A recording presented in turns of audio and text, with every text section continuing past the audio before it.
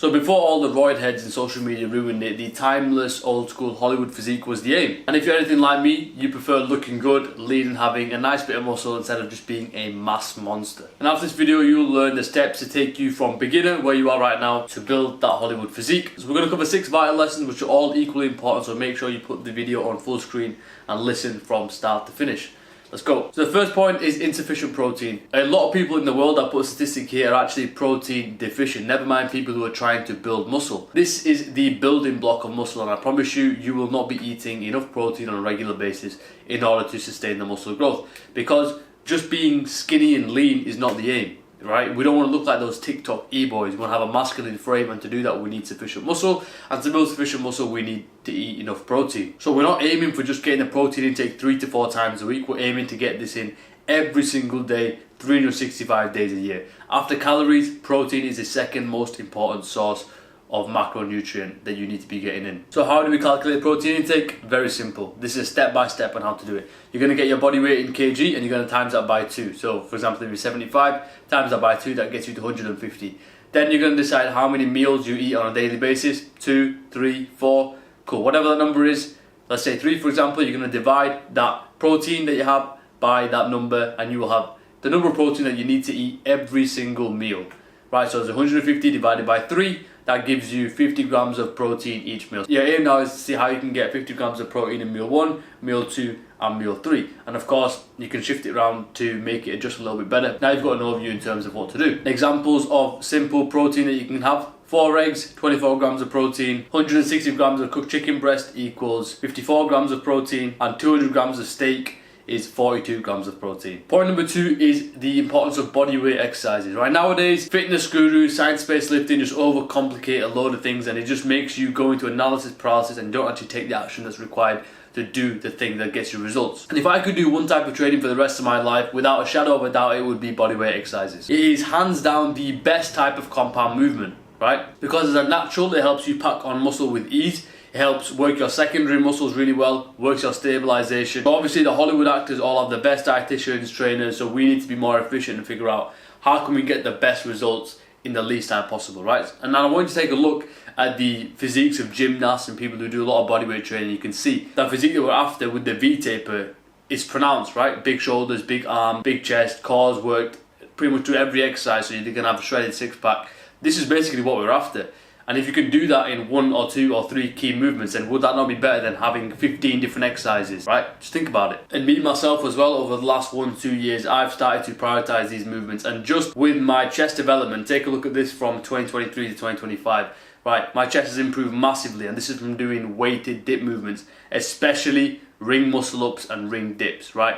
Hands down, the best exercise you can do for your lower chest. I would 100% recommend, where you are right now, over the next 2 to 3 years, try to get to the point where you can execute exercise on your rings. Your physique will transform massively. So if you're a beginner, I would advise you walking through these exercises in this format to be able to get to the point where you're doing ring muscle ups. So first do normal pull-ups, then work on explosive pull-ups, then doing bodyweight dips, then you're going to start doing muscle ups on the bar, then you'll start practicing your pull-ups on the ring.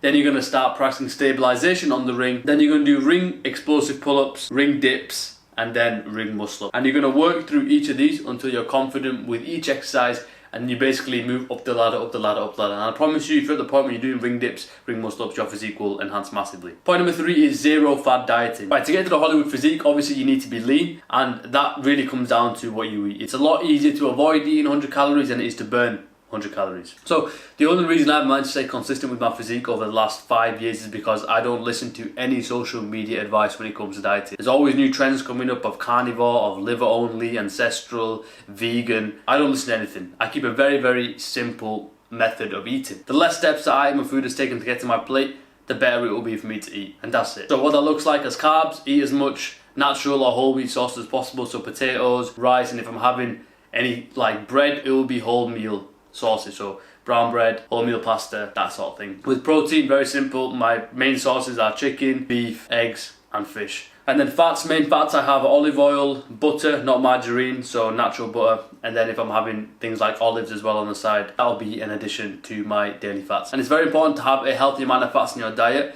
because that is going to be a main factor in terms of your hormonal production like testosterone, right? So you don't want to be decreasing your fats thinking I need to get lean. Big mistake, don't do that. So the only real hack that I use when in terms of dieting is intermittent fasting, and I wouldn't even call that hack nowadays, it's so widely known. So I basically fast from when I wake up until maybe like 12, 1 o'clock, because that helps me stay focused and sharp in the mind, but also I found it helped me stay lean for the last couple of years. So that's the only thing I would recommend you doing if it's something that you can do. And I want you to remember that as long as you introduce some BS diet, like that you've seen on social media, into your routine, you're basically putting a time limit on how long you'll be consistent with your food. And that's going to limit you getting lean and building that physique massively, right? The only reason I've been able to be consistent is because I genuinely enjoy and love everything that I'm eating. Point number 4 is to optimize frequency over volume. To build a Hollywood physique, having a V-taper is crucial, right? So having broad shoulders, wider back, leading to a narrower waist. And some of the key exercises that help to build that are the side delts and the rear delts. So they're 2 weak points of mine, which I need to build up myself. But the problem is when you follow a normal bro split, all you're doing is hitting one muscle group once per week. So you do like chest on Monday, then shoulders on Tuesday, then back on Wednesday. But these small muscle groups, like I mentioned, the side delts, rear delts, they recover really fast, right? Maybe 1-2 days they're back in gear. So if you're doing a bro split, you're basically waiting 7 days before you hit that again, right? Which is stupid when you can be getting 2-3 times more growth throughout the week. What I recommend is ditching the all bro splits and finding combined routines, right? This way, instead of just cramming everything into one day, you'll split it out throughout the week so you can hit it multiple times. So really good splits, I'd recommend a push-pull legs, upper lower, and 3-day full body. And I'll leave screenshots here of a couple of different routines that you can take for each of these so you can just apply them firsthand. Point number 5 is to train to failure every session. Now this is a mistake that I made which cost me years of progress, and I'm giving this to you right now. Just trust me on this. Similar to point 1, to build a Hollywood physique, we need mass. And as a natural, the best way and really the only way to grow is to train to failure. But this obviously means that you have to eat and rest properly. So it basically forces you to get the other areas of your life into check as well. So honestly, I realized in 2024 that a few years before then I'd been training like a bitch, quite honestly. So I would just do my reps until I felt like it was tough, and then I would stop thinking that was failure. And as a result, I genuinely believe my physique just stayed the same and didn't really get much improvement. Then I met a good mate of mine, John, who's in Manchester, and when I started training with him, I realised that this guy just trains to failure every single session. So he'll be doing partial reps, drop sets, fucking supersets, everything is just taken to the max. And he sort of woke up in my mind that I have not been training optimally at all. And when I genuinely started training like that, it was brutal at the start because every session was very difficult. But then the cool thing happened is that mentally I knew where I needed to get to in order to grow. So then I had a little bit of a like a navigation point. Right? So this is where I need to go in order to see growth.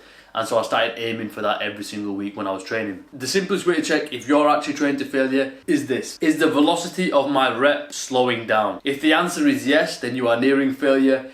If the answer is no, then you still have ways to go to reach failure. Notice how the pain or the challenge or how much your chest is burning is not taken into the equation, right? So I used to think at like 8 reps when I was doing the incline Smith machine, my chest would start to burn loads. I'd be like, okay, so this is failure. No, that's not failure. You will get close to failure when the rep starts to slow down in pace. So let's say when you get to 10, 11 reps, the reps starting to slow down. Maybe it's like 30, 40%. Then you do rep 15 and it's at 10%. Then it's those last 1-2 reps where you're at that 5% and you're pushing, that's where the growth comes. Just remember, the pain does not matter, it is the speed of the reps. And I promise you, just stop watching all the fitness advice and just do this. I would rather you train 2 sets of every exercise to complete failure with good form rather than do 6 sets partial and hardly even getting close to failure.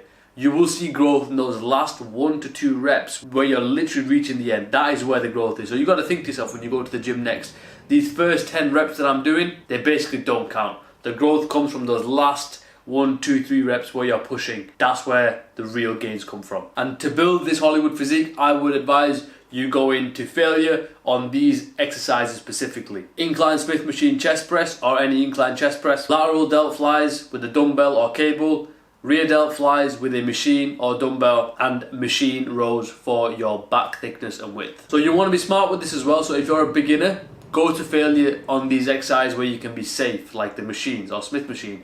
And as you get more advanced, you can start doing it with more free weight and body weight exercises. And point number 6 is how to stay consistent for years on end, because without this Nothing that I mentioned before will have any use to you. So I'm just going to bullet point list some of the things that have been really helpful for me. Number 1 is maintain a strict sleep schedule week in, week out, even on weekends as much as possible. Point number 2, plan out your training days, what program you're going to follow, and exactly what times of the day you're going to train. I'd recommend using something like Google Calendar and literally time block it out when you're going to train and what you're going to do. And when you go into the session, you should know exactly, either checking your notes app on your phone or through an app, exactly what exercise you're going to do, what reps you need to beat in order to see growth. Point number 3 is with meals, you either want to be in A, following a meal plan, or B, tracking your foods, like using MyFitnessPal, something like that. And you want to do this until you reach a point where your physique is good and you're proud of and you're happy with, because at that point you will have learned the skills of intuitive eating. So right now I don't track and I don't really meal plan either. I just got a good idea of what I need to eat to maintain the physique I want, and you will get there after years of trying and learning how to do this. So point number 4 is a very important mindset shift, and I want you to start looking at your physique like a bank account. And cheap meals are like spending money on stupid shit. As you have more money, you can afford to spend more. I.e., when you're in great shape, you can afford to eat more cheap meals, eat unhealthily, and your physique will not change that much. That's like a millionaire buying a £30,000 car. But if you're only earning $35,000 and you spend 30k on a car, that's a stupid decision. And I want you to think of it like this. I'm telling you, with the physique that I've got right now, I probably eat 1 or 2 cheap meals every 2 weeks. So I eat clean pretty much 95% of the time. Then my question to you is, as someone who doesn't have their dream physique yet, should you really be eating more cheap meals and eating worse than I do? Something to think about, honestly. Point number 5 is to delete Instagram, TikTok, any short form consumption. Following all these influencers, I promise you, will just make you feel insecure. Because even to me, with my physique that it is right now, I still get it, right? It's just natural because you're seeing so much of what's out there, you will naturally compare yourself to it. The best and most enjoyable and biggest transformation of my physique came from when I deleted Instagram, I deleted social media, and I just focused on myself. It was honestly such a great and enjoyable time. So obviously you still need to learn. So my recommendation to you is go on YouTube and subscribe to 10 people max, with a mixture of fitness, mindset, or whatever hobbies and things that you're interested in. 10 people max, and only consume their content via long form YouTube, nothing else. And definitely put me on your list as well. And number 6 is to start reading every single day, especially before bed, because it helps you wind down, sleep, and give you good energy to wake up tomorrow and start the day fresh. That's all from me. Goodbye.